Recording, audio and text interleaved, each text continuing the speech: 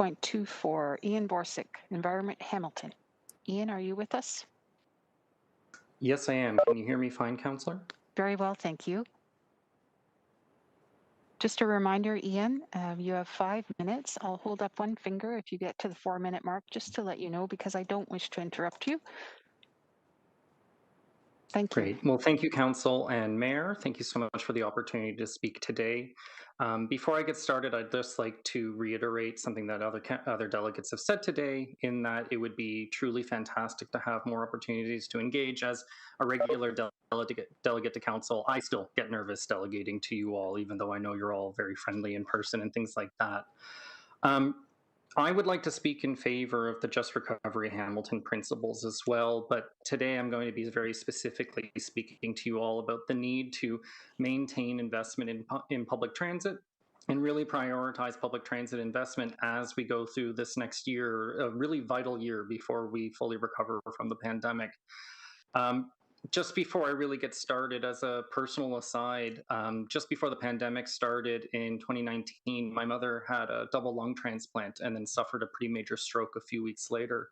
And we very thankfully for our family had her out of the hospital and home well before the lockdown first happened. I bring this up because I've really enjoyed being able to drive down the QEW these last few months. For the few times I have been needed in Toronto to visit my parents, and it's been truly fantastic to have no one out on the roads and have all this space. But ultimately, at the end of the day, we need to recognize that this isn't going to remain. Investment in public transit is extremely key at this moment, even though we've seen reduction in revenue, because we know that as schools continue to open up, as McMaster and Mohawk and other post-secondary institutions across our city begin to resume in-class learning, it's going to hit our system very hard. And I have a lot of confidence in the HSR and our HSR drivers to adequately address that. But really what we need to be focusing in on while we're recovering from this pandemic right now is implementing the appropriate investments that will ensure that we're set up for success post-pandemic, so we don't end up with a Carmageddon. Right now in the city of Hamilton, we've seen fairly decent ridership, while in many cities in North America, we've seen cratering investment. We haven't managed to secure federal and provincial funding. And that was done through demands by both the City of Hamilton, the Hamilton Transit Alliance, and other individual groups across the country. Because ultimately we understand that the investment of transit and maintaining transit, not only right now in today, benefits essential workers who we call heroes for going into work and doing their vital work that's important. But we need to continue that investment and maintain operations, so then that way we can not only keep those essential workers safe right now, but then that way when everyone's returning to work, the City of Hamilton's positioning itself to address climate change and the climate emergency and ensuring that we do not see a massive increase in transportation emissions when people start to return to work. Related to this, the 10-year transit strategy and the continued investment is absolutely vital, but I want to really reiterate that from my perspective and from the perspective of Environment Hamilton and from the other members of the Hamilton Transit Alliance, we really see the Re-Envision project as extremely vital for the city of Hamilton. Yes, it was delayed, but in a lot of ways, it's better that it was delayed when it was, as opposed to getting started a year earlier. So I think in a lot of ways, we have an incredibly exciting opportunity to ensure that the network reconfiguration that's brought forward not only benefits all of our employer hubs around the city that are reporting that they simply are having trouble hiring young workers because they don't own a car, but also helping people get to where they need to go on a regular basis. HSR was doing some fantastic community consultation prior to the pandemic hitting, and I'm really excited to see them continue that.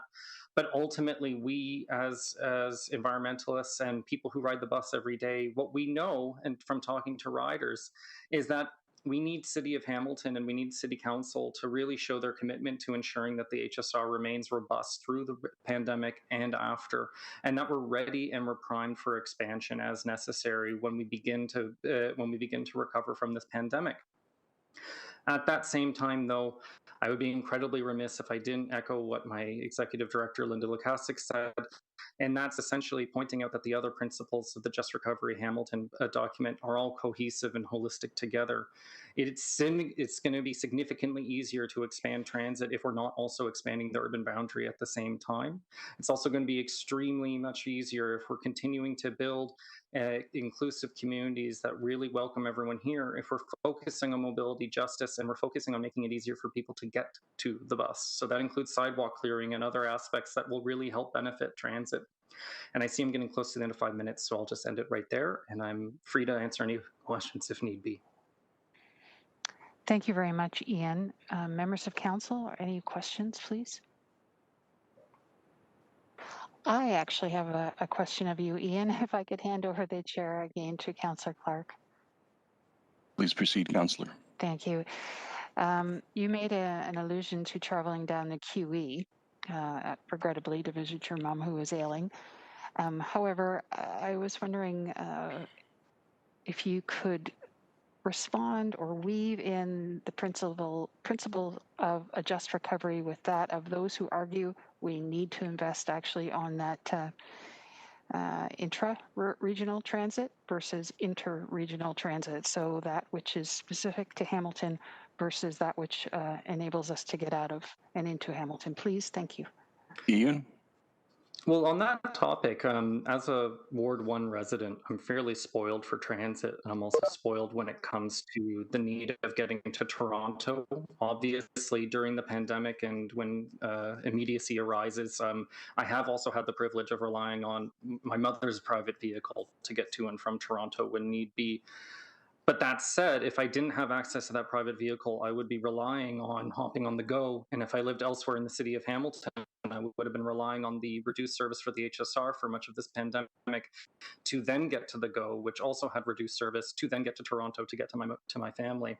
So really within the Just Recovery principles and focusing in on where we're building transit, and with the network reconfiguration coming up, I think what's incredibly key while we're looking at an inclusive city is focusing in on how we can ensure that people within the city of Hamilton are able to get to those connection hubs, such as the downtown GO station, but then continue to advocate for the need for continued provincial investment. And that does mean investing in local service as well as interregional. And I mean, really, this pandemic has shown that municipalities funding the 100% of transit, or at the very least 100% of operation of transit, just simply is not sustainable. So we, as at Environment in Hamilton, will certainly continue to advocate for continued investment from the province as well into both the HSR, but also interregional transit. Councillor? Thank you, Mr. Porras. Thank you, Ian. Appreciate that. And thank you, Chair. Councillor. I'll take the chair back. There are no further questions. Thank you for your time and insights this afternoon.